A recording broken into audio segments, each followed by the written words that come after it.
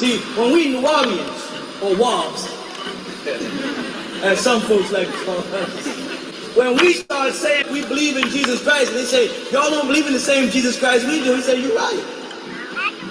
You're very true. The Jesus Christ you believe in can't be found.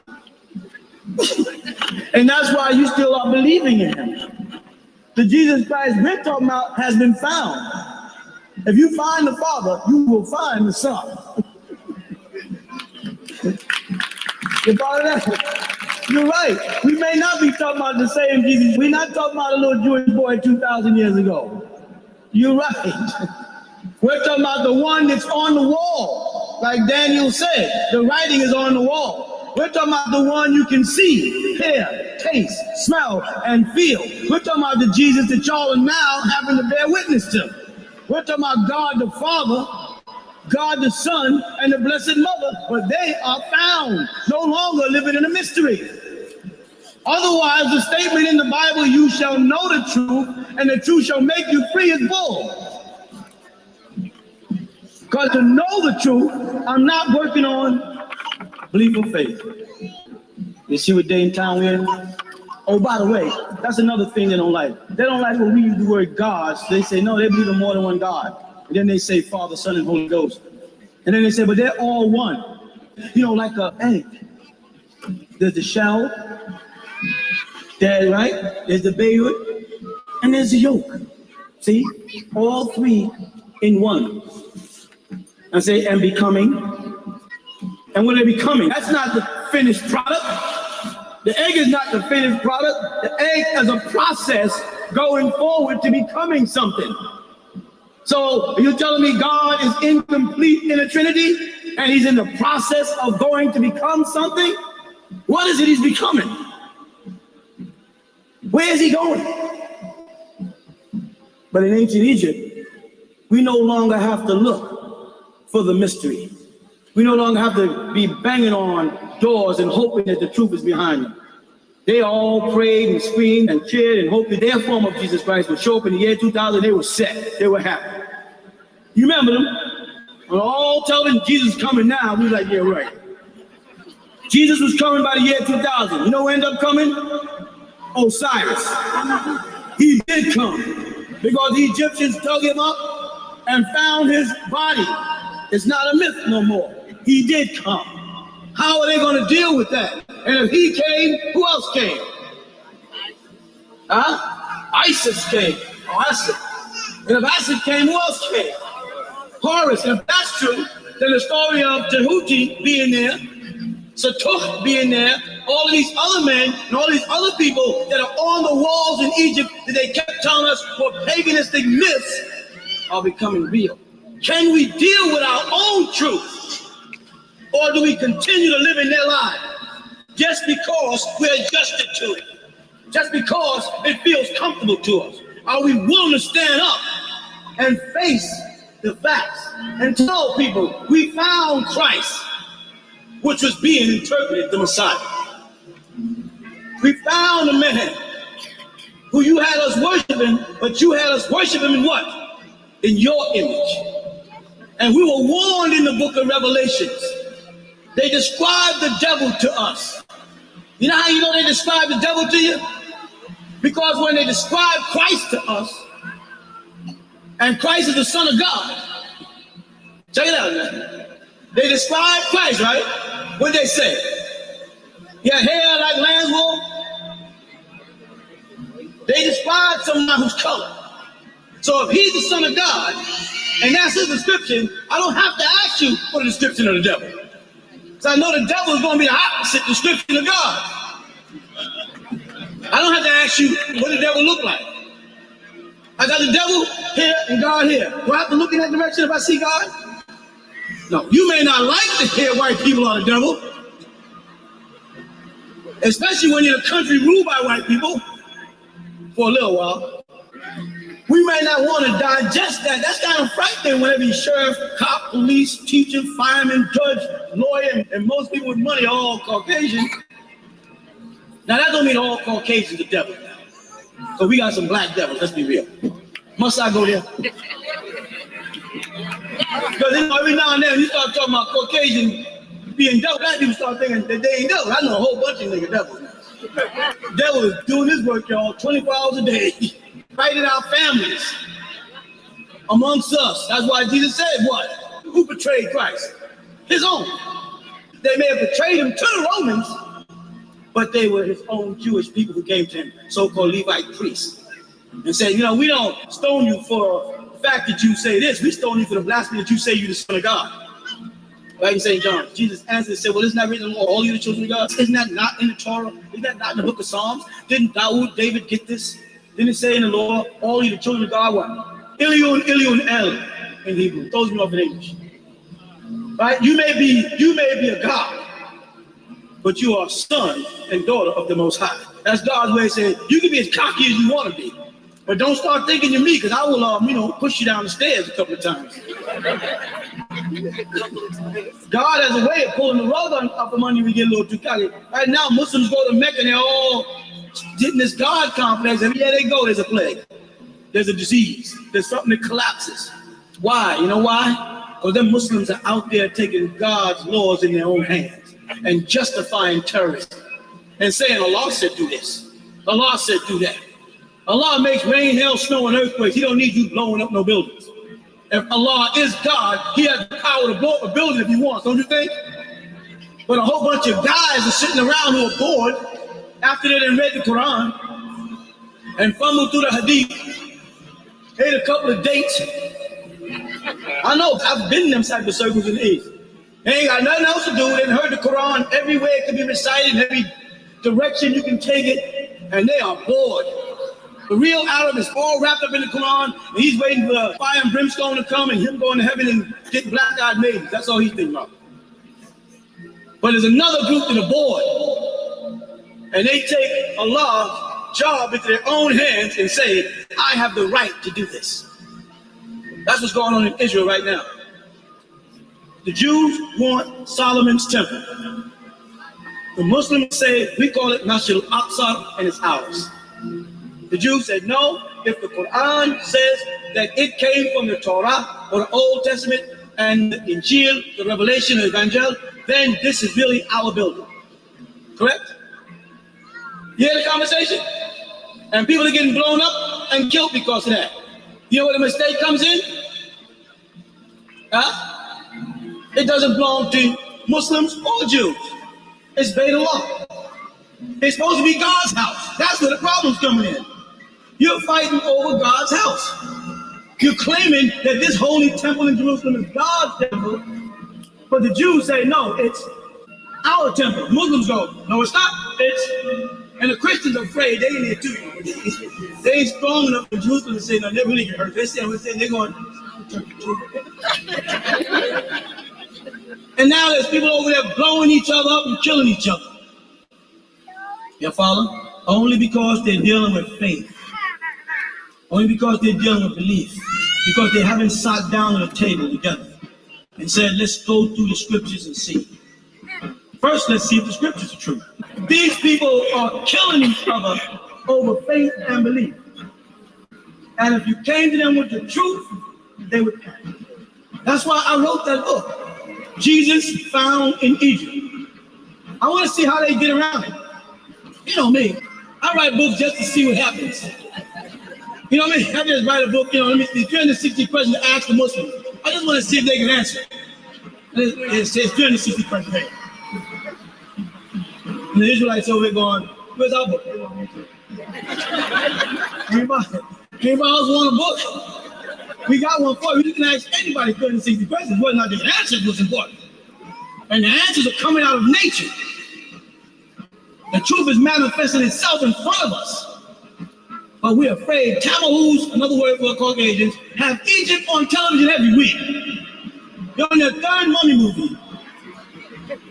Just last week, they were talking about the other one, was the Prince of Egypt. They did Cleopatra over 4 times in the last 5 years. If you check import, they got more Egyptian statues. You go to any bookstore, take a major bookstore like Borders, and go into the Egyptian section. And you find hundreds of books on Egypt. Every white person in the world is writing about us. And they see their noses. They see them lips, they definitely can't miss Uncle Unton's lips. They see them big old noses. They see Mentu Hotep's black skin.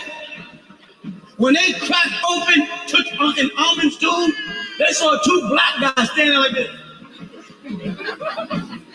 They wasn't brown. They wasn't beige. They were Bolak. That's B-O-Lak. So we have two of them, but we made sure we put it right there in front of the Bolak pyramid. So when you walk around, every time you walk around, you go, and I do that because I want you to know that every time a white person walks by and sees the two statues, they go, and they'll spend their last dollar going on vacation to Egypt. Go to France. Go to Germany. Go to Sweden, which is near Germany. Go where else? Holland. Where else they come from? Where else can they go? Denmark. Where else they came from? Where else? Norway. Hell. Where else? Go to. Why are so many white folks in Egypt? I went to the university in Egypt, in Cairo, and you can see bus loads of them. Bus loads of old little chickens coming to the hotels, walking around the pyramids, looking in the pyramids, seeing your face there, saying, my God, which is not their God, but my God, look. Them go down, then they make the gravest mistake. They get on a boat and they float down to Aswan. When they get down to Aswan, they might as well be in Holland. I'm saying the only difference is the language. The body language is the same. You see Nubians, but you see them by the hundreds all over Egypt. Why are they there? Because they want to know the truth. They want to see it for themselves. They heard about it their whole life. They heard that the niggas in America are the lost tribe. That y'all are the original Hebrews. That y'all are the original Ishmaelites. The original Israelites. All them tribes they mentioned in the Bible and some more. You say, well, how can we be all of that? Look around here and look at all the different faces. Look at all the different shaped eyes and noses. Someone meticulously went out and started grabbing people from the Ashanti, from the Mandinga, from the Yoruba, from the Hausa, from the Dongala, from the Jaliya, from the Sharia. I can just go on. They picked a whole bunch of us. Some got wavy hair, some got nappy hair, some got that hair that you can't call nappy because you don't know what it is, it just sits there. I got a son with hair like that. It's like, you sure this is hair? And yes, you can't comb it, you can't do nothing. Perm just leave. Perm just says, no, I want nothing to do with this.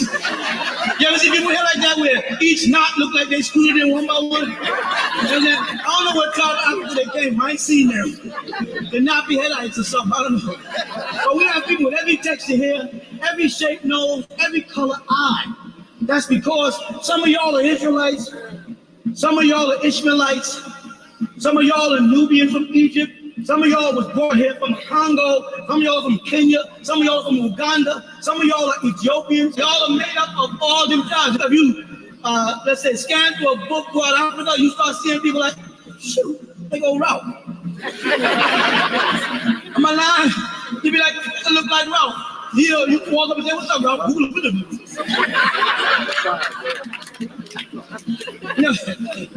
We are a great people. I ain't gotta keep pumping this in your head. You are those African tribes. You always were Yoruba. Islam is something that they gave you. Islam is simple silliness. I was born a Muslim. It's silliness. It don't make no sense when you get right down to it. But in its pristine purity, before it got adulterated by opinions and philosophies and hadiths and traditions and customs, was beautiful. Because it said a state of peace. But you know what it said in the Quran? Muslims greet each other with the statement, Assalamu alaikum fi jannah. Fi jannah. In Arabic, that means in paradise. That's when they say Assalamu alaikum. That's what the Quran says. It never says that a Muslim should greet another Muslim on the streets on earth and say assalamu alaikum. If any of you Muslims who are ex-Muslims or still Muslims know that I'm telling you the truth. It says the place is called in paradise, it says Darul Islam. Darul Islam. Dar means the abode or place of peace. You see what I'm saying? And that was in heaven, not on earth. Allah doesn't expect us to have happiness on earth. You understand me? And Jesus answered them like this. Blessed are for they shall be called. Talking in the future. Jesus spoke about Muslims in the future. Blessed are the peacemakers. They make it look like Jesus Christ is coming with the very end, and that's not true, because he says in St. John's, I'm going to send another comforter. They spoke about a comforter coming, a spirit of truth, right, after Jesus. But then Rasulullah Muhammad, alayhi salatu wasalam, came, Muhammad did, as a comforter. But Muslims thought it was over then. You know what happened? The disciples of Muhammad gathered with him in Surah Al-Baqarah, 2nd chapter, 214 verse, and they asked him, Mata Nasrullahi ya Rasulullah? Mata Nasrullahi? When is the Nasrullah coming? And he says, Illa Nasrullahi qareeban. Surely the help from Allah is near. Qareeb is Arabic for coming soon. Now here Muhammad is here on earth. They call him the last prophet, the seal of the prophets. You with me? Yet when his disciples asked him in the 2nd chapter, 214 verse, when, tell us Muhammad, when is the help coming? Muhammad's answer is, surely the help is coming soon. Ain't that deep? And he named the help. He said, Inna Nasrullah, Inna Nasrullahi qareeban, the Nasrullah. Then as you go through the Quran and you ask a Muslim, what is the word for Christians in the Quran? They say Nasr. Jews are called Yahudi. Then there's Sabians. But Christians are called Nasr. And in the Holy Quran, right, 61:14, they call Jesus' disciples what? They said Nasrullahi. Jesus said, men, Nasri, who are my helpers? They said, Inna Nasr, Inna Nasrullahi. Surely we are Allah's helpers. Ya ayyuhalladhina amanu kunu ansarullah. So, all you who are believers or faithful or true or worshippers of Amun, become Ansarullah. They didn't leave Amun out of the New Testament, you know. Amun followed straight through the whole New Testament, and Jesus in Revelation chapter 3 verse 14, right, says what? Amun, the faithful, the true witness, the deity that witnessed the beginning of creation of God, it says, right in your Bible, the book of Revelations. That the deity called Amun, and it's in a noun form. It's not to be used as a verb or transfer. It's a noun. They said Amun, the faithful witness, the beginning of the creation of God. This person or this being called the Amun in Revelations witnessed Jesus' birth, the creation of God. And Jesus was God in flesh according to the Quran. Say what? According to the Quran, Jesus was God in flesh because the Quran refers to Jesus as Kalimullah. Refers to Jesus as Ruhullah. Ruhu in Arabic means the wind, from reh, the breath, the soul. Calls Jesus the Ruhullah. Calls him Kalimullah. Kalimullah means the very words that come out of my mouth. Remember he said he should not speak of himself, but only that which he hears shall he speak. He should glorify my name. Calls Jesus in the Quran the words of Allah, the soul of Allah. Said that Jesus spoke while he was yet in a cradle. He was an infant. He hadn't mastered the art of vocalizing. He hasn't mastered the art of speaking yet because he was still in the cradle. Yet he held conversation. The Quran tells you how that happened by saying Jesus was the Spirit of Allah and the Word of Allah. That means God's Spirit was in that child, and that child was speaking on behalf of God. Otherwise, no little infant and no cradle could go. Am I right? Will a Muslim bear witness to that fact? No. They will wrestle with that all day. So it's right there in front of you and out of it. But if you read the English translation of the Quran and you didn't learn the Arabic language, or it's not your mother tongue, you'll never see it. And that's why they come to America and give them Yusuf Ali, Maulana Muhammad Ali, Pickthall, Dagwood.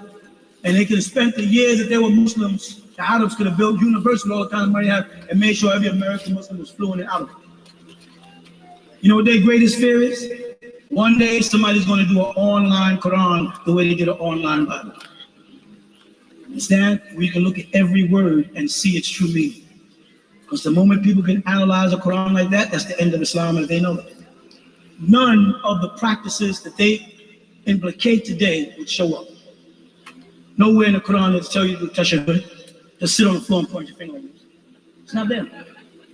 Nowhere in the Quran that says put your fingers behind your ears. It's not there. Quran doesn't say pray 5 times a day. Quran says pray 7 times. And how can you pray 5 times a day and make Salatul Isha? Listen again before you question. How can you be praying 5 times a day and make Salatul Asr? What is Salatul Asr? That's the night prayer. So there's not 5 prayers daily. You know what I'm saying? Now, how many prayers are there daily? First, let's establish daily. Every time I talk to y'all, I like to tell y'all something you never heard before. Isn't that what I do? Let me tell you something you never heard before. Right? Sunday. Say Sunday. That means sun and day. Right? What's Monday? But the sun is still shining. Let's do it again. Let's say it again. Sunday. You with me? Got it? And that means the day as the sun shines during the... Now we come to Monday's moon day. How can you have moon day? It's moon what? Right. Now, let's go to the next one. Now we got Tuesday. Now, what is Tuesday really? No, Tuesday is really Sunday. Just as Monday is really. And any day that the sun is shining is called Sunday. Now, why did they trick us? You know why they trick us? Because they got us to the point where we believe anything they say and we don't critique it. We haven't stopped. See, now that I said it, you go, some niggas are saying, I'm the whole world. I don't mind y'all, it's cool. It's all right, it's all right. But the deep thing is, just think about what they did to you.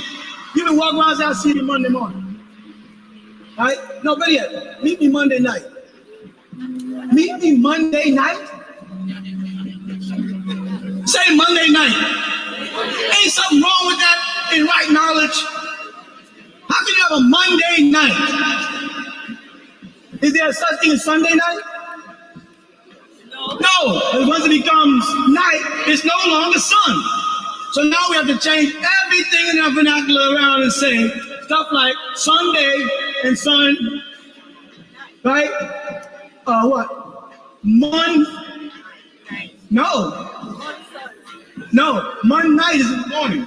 Because the moon is out. So if it's Mon, the moon is there. I don't care if the sun is shining or not. If you call it Mon, the moon is there. The sun and the moon can't shine at the same time according to them. Right? So it's moon night, which means it don't make no sense. So we got to get rid of it. Now we done lost a whole period of time. If I didn't say that, y'all gonna say a whole day. That's how well the program, you know what I'm saying? Watch, you lost a whole, you see how you instinctively want to go whole? That's how you know the spell was in there. Are you with that? All right, now that happens with days. How do weeks become weaker than days if there's more time in a week than there's in a day? Well, better yet, shouldn't the second be the week? Because at least with a second, you get another chance. So shouldn't it really be week, 60 weeks, make up a minute? Now, you say, oh no, you're looking at me like, is he misspelling week? Is he mistaking W-E-E-K with W-E-A? Listen, phonetics are the same. The people speak first or write first. Right, so they had to figure out that didn't make no sense and create a second word. You understand? That's why there's wake. You know how wake sounds? Wake me. Wake me up. Shake me. You see what they did? They tied in tones that entrap us. I'm going to tell you, Christ, crisis, how close that is. You see the entrapment in the mind? Christ and crisis. These are all part of a plot that enslaved us mentally and made it capable for them to just about say anything over the media and control the way we feel about what we hear. You understand what I'm saying? As they talk to us, because they have control of phonetics. In other words, they put letters to match phonetics to create tones, which have various meanings. Let's take a word that can have various meanings and has the same basic phonetical sound. Even though people could get technical and say, well, bear, B-E-E-R, and bear to be bare naked, and the bear that attacks you, actually on all different words, right? But who speaks that clear? Who actually really distinguishes when they're talking? And don't say y'all, because y'all niggas say, I'm gonna see you later. And ain't no word, I'm in the dictionary. Where you going? Where you going, man? Where you going? What's your name is? We didn't like air, so we changed it to B. What's your name is? Who he? The nigga with you. Who he? Yeah, what you know? Yeah, who that? Who that? Who that is? That's it. Who that is? What you say?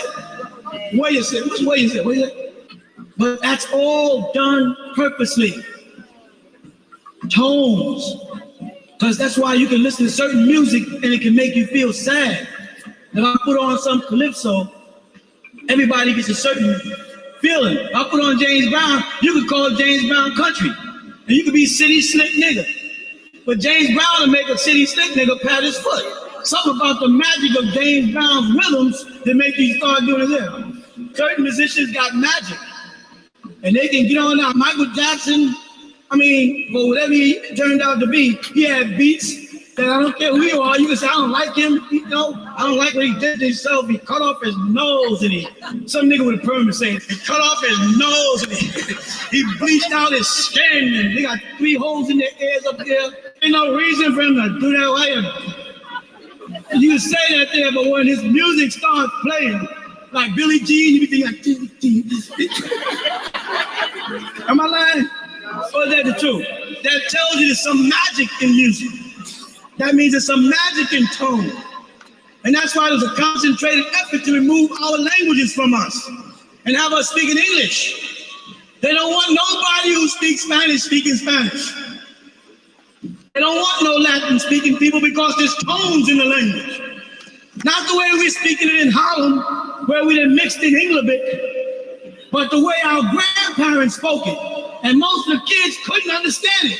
I had relatives that spoke Portuguese. I didn't understand what the hell they were talking about. And they was just going like this. Okay. Only time I worried when the hand went up. No. Not when the hand went up. When the hand was coming down. When the hand was up, I still could get out of the way. There's a concentrated effort. That's why there's so much being put into Nawapi. There's a concentrated effort for you to eliminate, what nationality are you? American. What's your nationality? You American? What's your nationality? Oh, you American? I ain't asked you that. What nationality? British. Egyptian. That's another thing. We have to stop being everything but Nuwapians. That is our nationality. We're not Trinidadians. We're not Cubans. We're not Dominicans. We're not British. We're Nuwapians. You know why that's important? Because we hold the secret to its meaning. Sit with me for a minute. We hold a secret to its meaning. Nobody knows what a Nuwapian is but us. And if they decide to put it in their definitionary or dictionary, they will have to come to you. We have now introduced a word into the world, right? Regardless of what they say, they don't know what it means.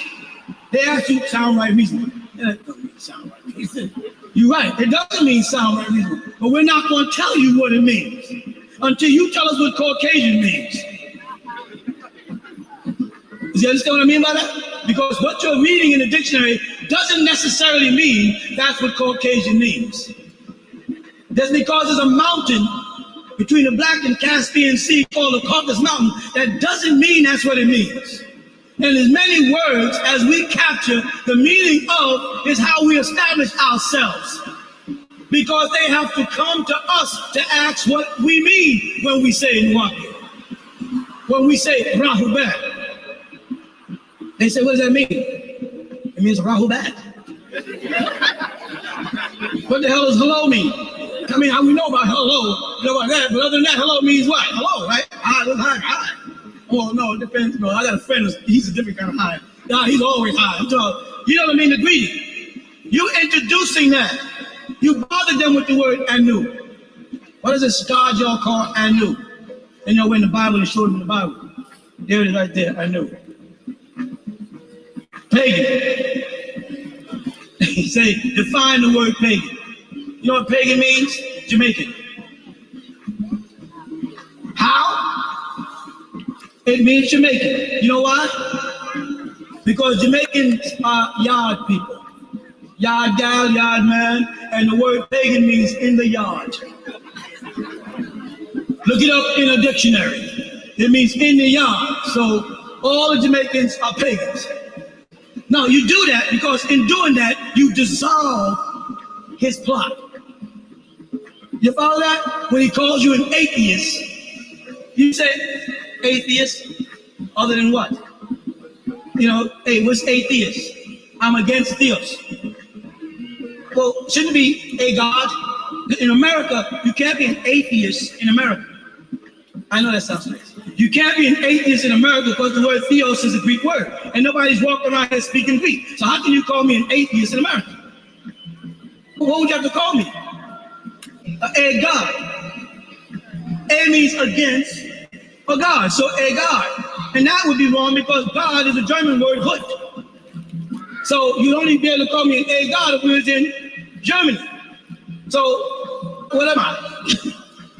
You as Nuwapians are supposed to diffuse bullcrap. That's your job. Your job is when you see bullcrap, you diffuse it. I've written enough books breaking down enough things that when someone talks to you, it's almost a pleasure for you to take them apart piece by piece. And I always say, put them back together. Don't leave a brother or a sister walking like this down the street. That's some heavy shit that nigga say. Put them back together because y'all been messing it up. You don't know that when you've been a Christian your whole life and someone just comes in one day and just snatches the whole world from you and say, Jesus was not crucified. They go, what? Jesus was not crucified. God cannot die for 1 minute. See, there's a difference. If I start questioning myself saying, can God die? Oh, no, God can't die. Can God die for an hour? No. Can God die for a minute? Oh, no. Can God die for a second? No. So God cannot die, right? No, he don't. All right, I'll leave you there. I'll talk to you for 20 minutes later. I'll come back and say, when a person dies, do they give up their spirit? They go, yep. According to the Bible. So if I'm dying, my soul leaves my body and goes to heaven. Yep. Can God's soul leave his body and go to heaven? No. So God's soul cannot leave his body and go to heaven. No. So on the 9th hour, when Jesus on the cross, you tricked me. You tricked me. That's what they'll tell you. They're smart. They're dumb. They go. They don't think that dumb look like a dog goes. He said when Jesus was on the cross, the 9th hour, he gave up his ghost. So he died. If God died for 1 second, how much havoc could Satan reap on this planet? If God was busy on the cross resurrecting and going through all the stuff that they need while his hands were there and his feet was bound, while he was like this, able, because someone said, come on now, man. Right? Then I'll tell you what, I'm going to do you a favor. I got power with the Roman Empire. You understand? I can get you down off that cross. Okay? See here. If you really want to get down off the cross, Jesus, just raise your right hand.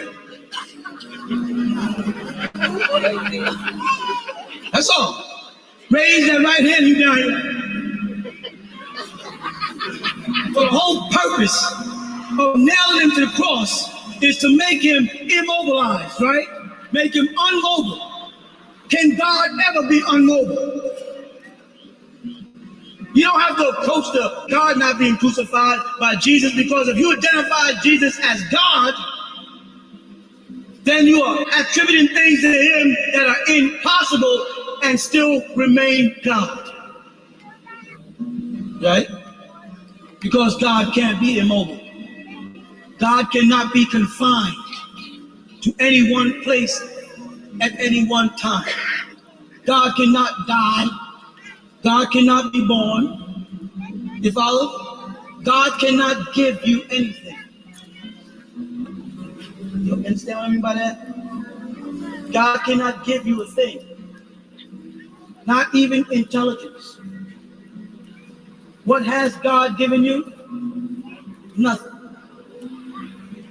You like to believe that God has focused on you and has given you things, but God has given you absolutely nothing. Now, I know God personally. See, I'm different. I know him personally. I'm saying.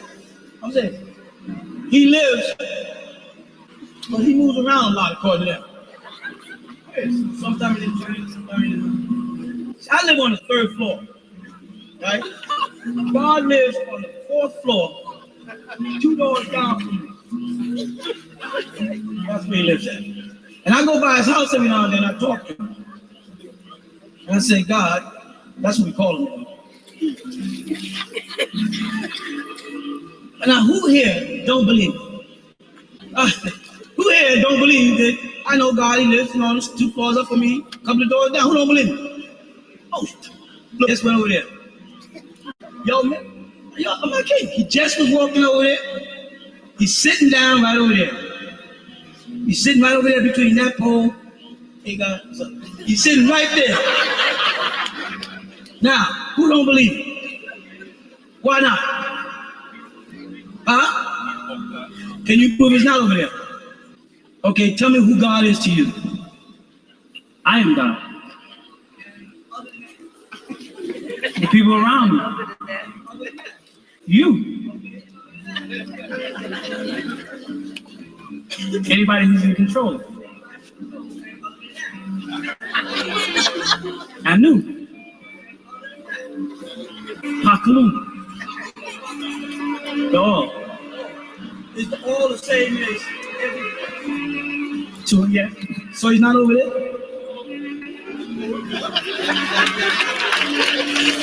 Is he over there? We are. You know, same God, same station. So God lives next to you. Right? God walks with you. God could be 2 floors up and 2 doors down in your apartment building. You see how truth can look stupid until you get to the bottom of it? God could be here. God could be there. God can. That's right. God can do everything and anything less than being God.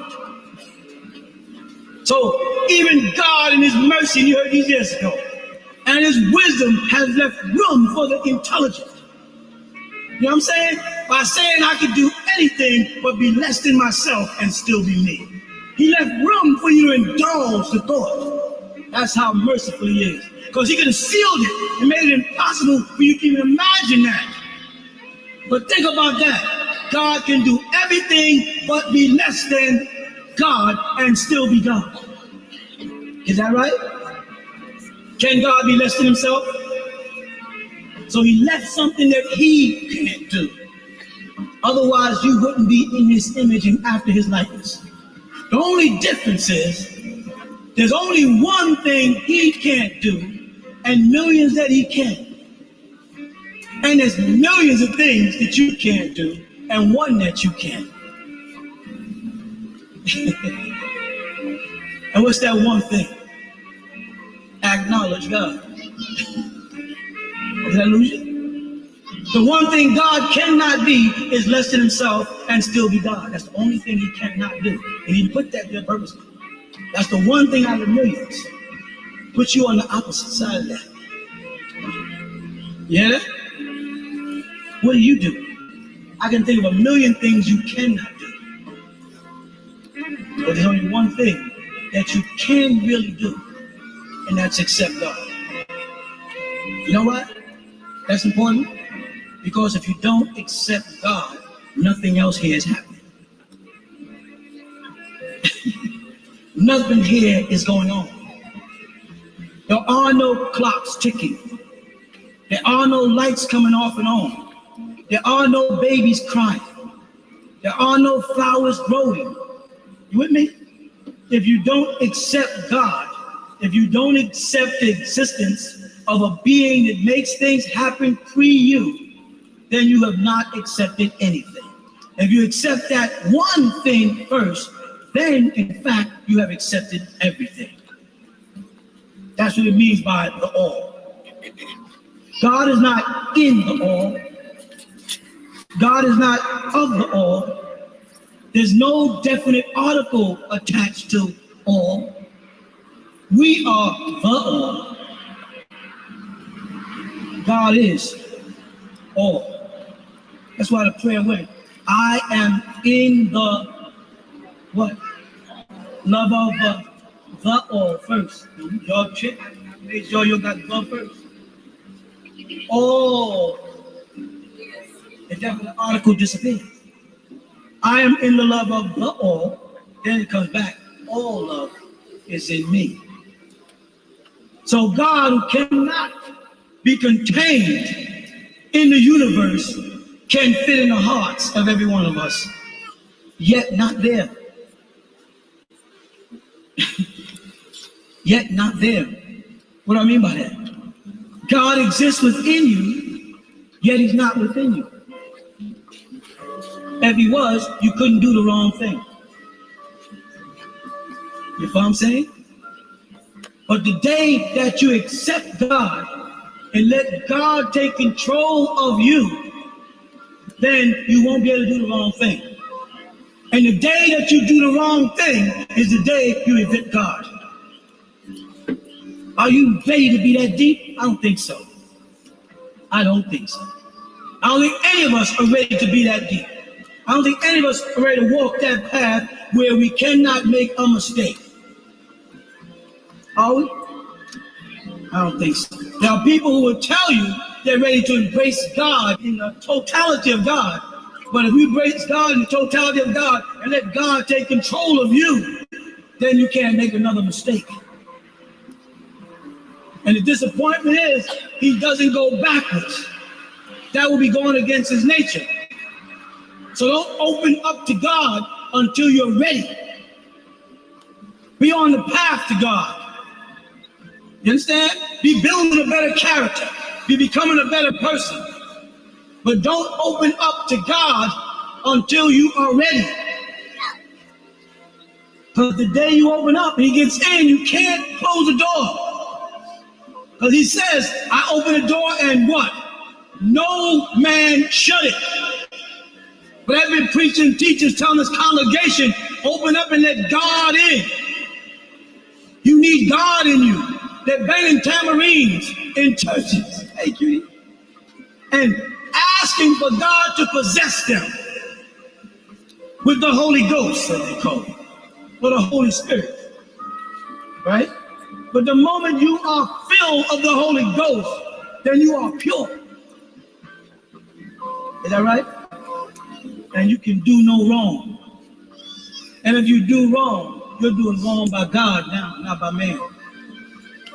So don't gather a bunch of people in rooms and bang on tambourines and call on God to possess them. And you're not ready to be possessed of God. We're working. We're working to better our character, to make us better people. I hope we are. To make ourselves better. We're working to help other people in the world other than ourselves. I hope so. Don't let nobody tell you to let God into your life. That's a satanic tactic. What is the possibility of you never doing another wrong thing? What is the possibility? They open the door for you to wrong God. I'd like to embrace God.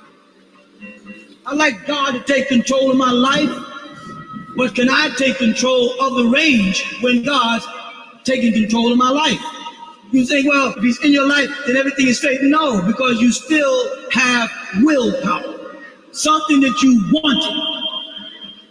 Something that you're proud of. You say self-determination. The right to make decisions. Women constantly tell their husbands, I got a mind, I'm not just a female, I think too. Right? Because we treat y'all like y'all don't have a mind. We treat y'all like y'all don't think. Is that right? Is that right, women? Am I right?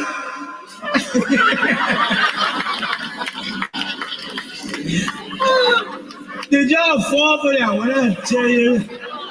Felt right, but it ain't that right. Would men fall for that? No. Watch in a couple of minutes. But you understand what I'm saying? People, you gotta be careful when you're preaching and teaching to people, because right knowledge is very strong. It's been dormant for so many centuries that when you start hitting people with so many facts, you overload them sometimes. I've been teaching for how many years? Some overloaded, see? Too many years, actually. And I find out sometimes I'm talking to people and I stop and just change the subject. You know what I'm saying? I just change the subject and start joking or something, because you realize that people are far more timid than you know. The mind is very much more delicate or fragile than you really know. And a person can be sitting there losing their mind, you won't know it, because all they're doing is saying it's true. Too much truth after so many lies can be very dangerous. So you got to learn how to talk to a person and laugh and joke a little bit and tell them a little. Don't sit there in the corner and try to unload the whole Bible on them. And sometimes I say, in the beginning, God created the heavens and the earth. And I stay there for a little while and say, in the beginning, Rith Bereshit, Elohim Barra, Arith wa Shemarian. In the very beginning, God created the heavens and earth. I just stay there and say, you hear that? And they go, no. Listen again. In the beginning, God created the heavens and the earth. You hear that? No. Listen again. In the beginning, God created the heavens and the earth. You hear that now? See? Y'all are waiting for something deep. See how you like perched yourself in your mind like that, like y'all sat back and say, you may say something deep. You know, I could tell because his voice changed. He said, look, I stopped saying in the beginning, I started saying in the beginning. See, I dropped the voice down to the deep voice. God created heaven and earth. I could have kept going, y'all trying to say, in the beginning. God created heavens and earth. And you know what? If I do that long enough, some people would say, oh, I got it. I wasn't saying nothing, but in the beginning, God created the heaven and earth. You got it? Anybody else got it? Huh? In the beginning, God created the heaven and the earth. That's the first line in the Bible. Now let me explain to y'all what in the beginning God created heaven and earth means. In the beginning, God created heaven and the earth. That's what it means. You know how you know that's what it means? Because that's what it says. They don't know that. And anybody start adding stuff on there, it's crazy. And you got to recognize them. That's what it says in the Bible. When you see that spirit, test that spirit. Say, give them a quote out of the Bible and say, in the beginning, God created heaven and earth. What does that mean? There's people out there online that say, let me tell you. Because when God said, in the beginning, they're going to have a dialogue. Then Farrakhan told them. Who got it from Elijah? Who got it from Ford? Who got it from the Freemasons? Who got it from you know what I'm saying? There's always somebody trying to add to the truth, to that which is simple, factual. Because belief is a religion. You need people believing if you want to advocate some type of religious commitment. Because if you tell them enough facts back to back, it changes from a religion into what? If you continue to keep people believing things, you can get people to do anything you want. The world is in an uproar today. It's not being done by political scientists. It's not being done by archaeologists, paleontologists. They're not blowing up people and killing each other. It's religious people that keep the world in turmoil. You understand? They just passed a new bill. You know what it says? That high schools can be used for Christian services after school. They just passed the bill. Yet we can't have prayer in school in the morning. Something wrong here? Is something loose? I'm going to tell you this is what happens. This is what the society does to you. It tells a woman, like I said years ago, that she can go to the beach with a bikini on, but if you knock on her door and she has a slip on, she'll tell you the way. You met this girl on the beach this afternoon, and she had a string up the crack of her butt, that's all. 2 little things like Band-Aids hiding her breast, that was it. She was walking down the beach loose and bouncing, right? You meet her and say, I'm gonna come by and pick you up at 8 o'clock so we can go to dinner, and you get there a little early, and you knock on the door and she says, just a minute. I'm in my slip. Slip is a full-length satin gown from full-length arms covering everything. She won't let you see her in a slip, but she'll let you see her on the beach almost buck naked. If that ain't some type of mental trap or spell, something is wrong. Somebody is inside of our heads turning knobs. Anytime you want to see body parts, you sick people. You know what I mean by that? You hear there's an accident. You see the lights, you drive by doing this. Trying to see on the floor where there's body parts. Hoping to see the blood. Is that not right? They call it rubbernecking. And people drive by and say, accident quick. I ain't seen nothing. You see nothing? I saw a foot. There's always a foot.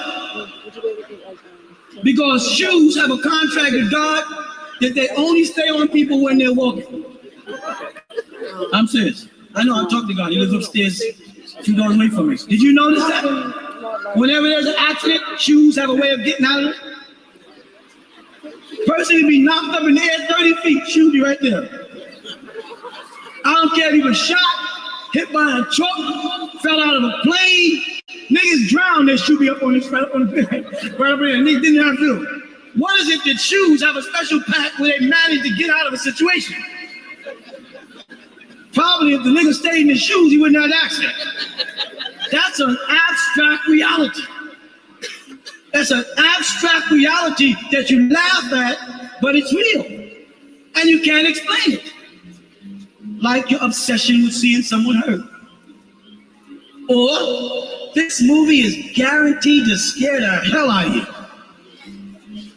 You actually give somebody your money to go in a dark room with a 30-foot damn screen after I said this movie is guaranteed to scare the heck out of you. You actually go in there too, but sit up there and stuck it there. Or with pop right there. Bullshit. And if you with a woman, you can't front, so you don't have to say that. Don't worry about it. Right? But you go back to the cinema again and see a horror movie. Something is sick about us. Is that not right? Something inside is not working. You follow me? And in the beginning, God created the heaven and earth. I think it was appropriate because it was nice and quiet. Everybody was listening. You understand? This tells us we need correcting. We need a new way of thinking, a new pattern of thinking, new concepts. And you know when they're going to come? When we give him back his bull. Because all of that came with him. All of that type of thinking came with the white man. You know what I'm saying? He's the one who got us wanting to watch people get cut up. All you gotta do is turn to his programs. You get a bunch of big old cars with big wheels just crashing into them. They got a program now where they make machines and the machines just crash up other machines. Battle bots. And this is entertainment to Caucasians. You understand? Boxing with gloves was not enough. Now they have He-Man fighting and what's the other one?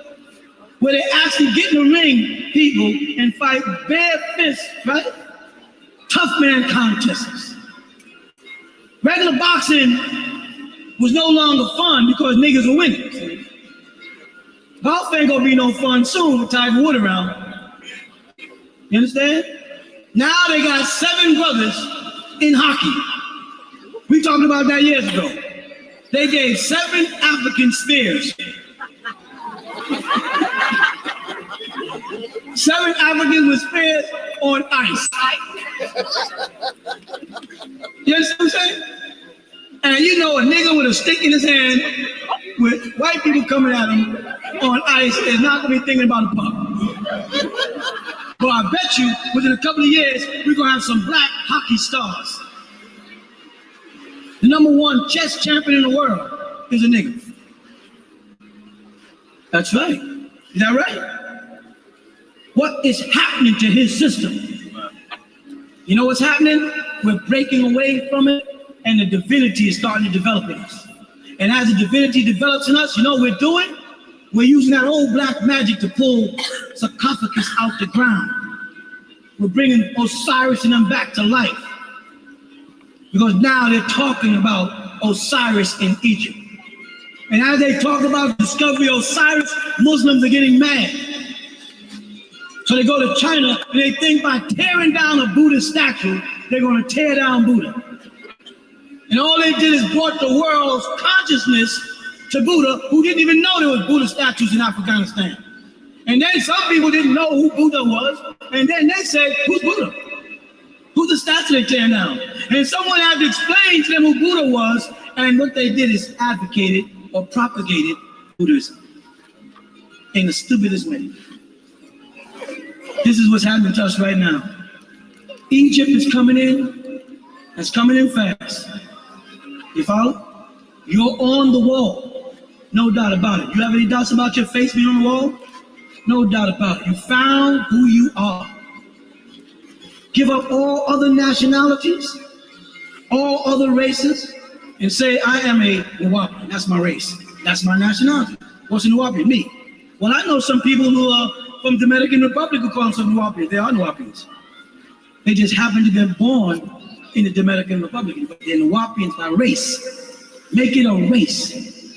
Make it a nationality.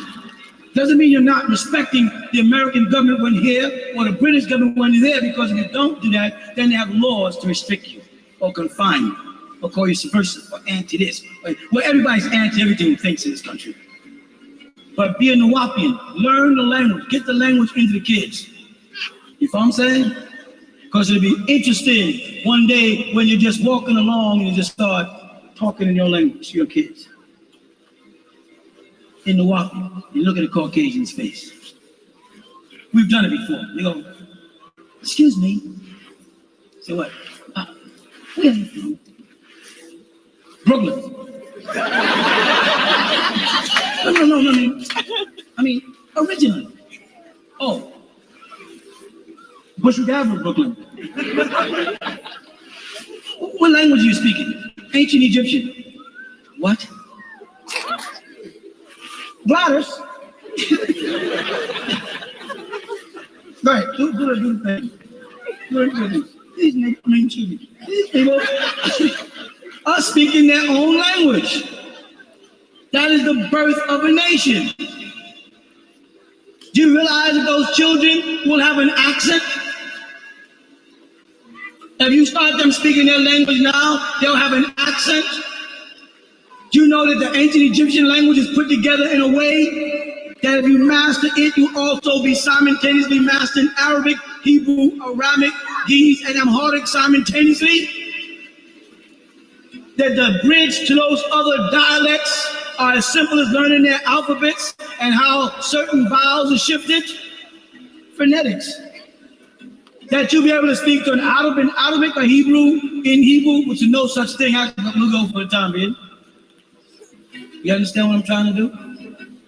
And because they see how close I am to succeeding, where a lot of other so-called black leaders failed, there's a concentrated effort to stop them. They'll do anything to stop us, especially now. Because where is our opposition? In other words, like it says, who can stand against us now? Who can? 5%? Sunnis? Ahmadiyya? Who? Freemasons? I know things about Freemasonry they don't know. They're asking me. Who can stand against us now? We have crossed the hardest part of the journey across the desert. And anybody who's following me from years, from Brooklyn, I told them, I said, what we're doing is we're crossing the desert and the sun is behind us, and we better be more than halfway across that desert before high noon. Because when that's above us, if we're not strong enough to make it, we're not going to make it. And if your friend falls down when we get near noon, you can't go back and get him or her. That's what Christ said. Many of them have fallen asleep. Right? Don't think everybody's going to make it that you like. Many are called, yet few are chosen. All of us are not going to make it. You hear me? Some of y'all are going to fall out the boat. It's a hard, rough journey across the desert. And the oases are few and far. The path is rough at times and smooth at others. So everybody is not made to make it. قال الله تعالى في القرآن وَتَصْمُوا بِالْحَبْلِ اللَّهِ جَمِيعًا وَلَا تَفَرَّقُوا. That means hold on to the rope of God and don't separate. That means hold on. Why would God put something like that in a holy book? وَتَصِّمُوا بِالْحَبْلِ اللَّهِ جَمِيعًا وَلَا تَفَرَّقُوا. Why would he put something like that in a scripture? Hold on and don't let go. Because he knew there'd be trying times for us. Hard times. We went through a battle, for some of you folks that are new around here. We went through a battle with demons in Putnam County. And we warred against these devils, am I right? They did everything in their power to take this land and make sure that what's happening right now does not go on. They tried every trick in the book. They ain't finished. They tried slander, defamation of character. They tried to lock brothers up, harass sisters on the street, stop every car coming down and make sure they did everything they could. And not one person come out and help us. Why? Because they had us marked as a cult. Oh, there's some crazy suicide cult. Let me sit down for a minute here. And I'll say what I've been saying to y'all for years. Please name one black suicide cult. Name one suicide cult. Don't say the ones in Africa because they were under European missionaries. Do a little research. Don't say Jim Jones. Jim Jones was what? And that wasn't even suicide. That's one of the biggest hoax they tell you. It was about diamonds. It's about oil in Guyana. There's rubies in Guyana. There's wealth in Guyana. They was over there mining. And some governor's daughter got hooked up and fell in love with one of the guys who worked over there. You understand? And when the governor went over there to play cult buster to snatch his daughter out, he came in with a military force and had a shootout because the people there were there to protect the diamonds. Go back and study. Us older folks were here when it was taking place. So when them planes came in, the security there to protect the diamonds, they were using the so-called people to dig, to sort out Guyanese gold. Guyanese gold was coming in the country because America was going to trick the niggas. Because during that time, everybody was starting to wear gold bangles. And Guyanese gold is like cowboy gold. It's not real, but it looks real. Like half of you women who got zirconias on your finger and think you got diamonds. They look real. They had plans, and their plans were aborted because of one governor or senator who went over there and got shot. And then they went in and massacred the people and said they took poison. But they slipped. They said they took cyanide poison. And you can't take cyanide poison and lay on the ground. You'll bounce around, you'll get cramps, you jump up. You can't take cyanide and lay like this and die. You can do that if someone's firing above you. If someone's shooting above your head, you will naturally lay down and cover the way they found those bodies. But they'll tell us to shut the public up. Oh, cult suicide. Everybody over in Heaven's Gate, they went out and bought new sneakers, new knapsacks, new blankets, and then committed suicide. Please tell me why a person would buy new sneakers, new knapsack, and new blankets. I understand the knapsack and blankets. I don't understand why a dead person needs sneakers, new sneakers, if they knew they were going to commit suicide. Huh? But what most people don't know is that Uhura, you know who Uhura is? Star Trek.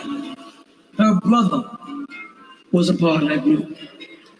And she has been dormant as an actress since Star Trek went off and just started getting parts and got a little money and wanted her brother out of that cult.